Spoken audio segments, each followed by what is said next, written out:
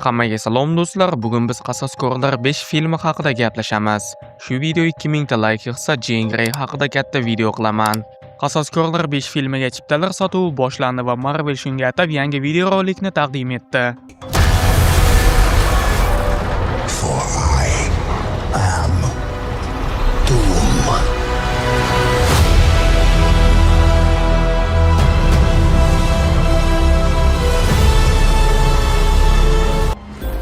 Unda biz Doktor Doomning soatlarini yaqindan ko'rishimiz mumkin. Unda ikki xil soat bo'ladi.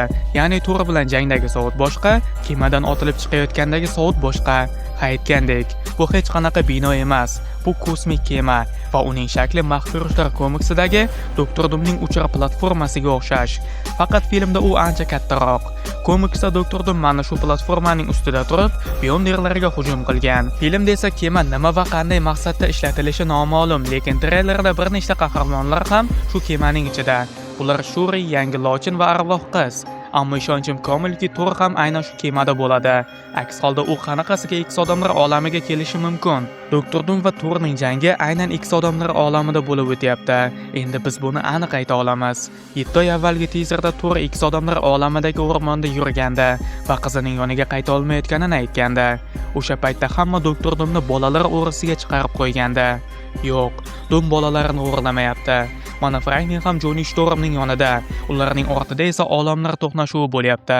Shunga o'xshash to'qnashuvni Professor X va Magneto ham kuzatib turishibdi. Ishonchim komilki, bu sahnada Magneto Tobey Maguire'ning olamini yo'q qilyapti va bu filmning boshlanish sahnasi. Aynan shu sahnada bitta Tobey Maguire o'rgimchak odami butun X odamlar jamoasiga qarshi chiqadi. Buning ustiga ularda olamlarni yo'q qiluvchi annihilatsiya uskunasi ham bo'ladi. Nima deb o'ylaysiz? Tobey bu hujumdan omon chiqadimi? Menimcha ha, chunki o'rgimchak odam 4 filmining titrlaridan keyingi sahnasida Netning uskunasi koinotda o'rgimchak odam koordinatalarini aniqladi. Chunki Tobey Maguire fantastik to'rtlik kemasining ichida. Vaziyat borgan sayin qiziqlashib boryapti. Doktor Doom, Kapitan Amerika, o'rgimchak odam va fantastik to'rtlik. Shularning hammasi bitta kemada. Ammo qanaqasiga Tobey bu kemaga tushib qolgan va qanaqasiga u X odamlar hujumidan omon qolgan. Bunisi haqiqiy jumboq. Kimlardir uni Loki qutqargan desa, kimlardir kuzatuvchi uni qutqaradi deyishmoqda. Ammo mening shaxsiy fikrim bo'yicha Tobeyni Doktor Doom qutqargan bo'lishi mumkin. Chunki Doom aslida unchalik yomon odam emas. Treylerda biz vayron qilingan New Yorkni ham ko'rdik va bu menga cheksizlik jangi treylerini eslatib yubordi. Faqat o'sha treylerda New York bus-butun edi. Katta ehtimol bilan bu X odamlarning olami. Chunki insiderlar aynan X odamlarning olami eng ko'p olamlar bilan to'qnashganini aytishgan. Shu sababli bu olam anchagina jabr ko'rgan. E'tibor qiling, bu sahnada manzara xuddi uchar kemadan kuzatilayotgandek. Chunki bu sahnada qasoskorlar ilk bor X odamlar olamiga kelishyapti. Olamlar aro sayohat uchun ular aynan Doktor Doomning kemasini ishlatishgan. Ya'ni Doom qasoskorlarga o'z kemasini berib turibdi. Ko'ryapsizmi? Doom aslida yaxshi odam. Agar Doom yovuz bo'lganida Doktor Strange u bilan birga ishlamagan bo'lardi. Internetda Doktor Doomning yordamchisi aks etgan suratlar tarqaldi. Menimcha uning kimligini hamma bilib turibdi. Bu albatta Strange. Peshonasida 3-ko'z uchun teshik ham mavjud. Niqob sizga g'alati tuyulishi mumkin, ammo komiksda Strange yana ham g'alati niqobni kiyib yurgan. Maxfiy urushlar komiksidan oldin Strange multikoinotni qutqarish uchun ancha shafqatsiz ishlar qilgan. Aniq aytsak, bir nechta koinotni yo'q qilib yuborgan. Do'stlar uni tanimasligi uchun Strange hamma shafqatsiz ishlarini niqob bilan qilgan.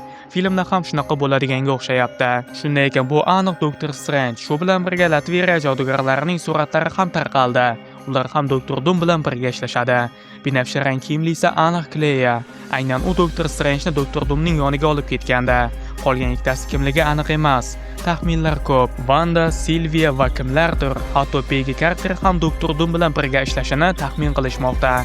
Bu taxmin nimaga asoslanganini bilmadim-u, lekin hozirgacha teaserlarda biz negadir Peggyni ko'rmadik.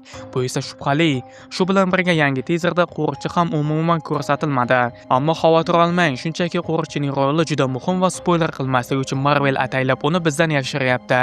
Momaqaldiroqlar filmining titrlaridan keyingi sahnasida ataylab Bob kuchini ishlatganida bo'shliq yana tanani egallab olishi aytilgan. Bunaqa gap bekorga aytilmaydi. qo'riqchi bu filmda albatta katta rol o'ynaydi. Shu bilan birga hech qaysi tizerda TVA ko'rsatilmadi. Ammo suratga olish maydonchasidagi rasmlardan bilamizki, TVA tashkiloti ham filmda katta rol o'ynaydi va Thor ham o'sha yerda bo'ladi. Endi esa Doktor Doom va Thorning jangi haqida ozgina gapirsak, u Thorni yengayotganiga qarab ko'pchilik uni juda kuchli deb hisoblayapti. Ammo vaziyat biz o'ylagandek bo'lmasligi mumkin. Bu shunchaki mening taxminim va menimcha bu jangda Doom kuchli emas. Shunchaki Thor kuchsizlashgan.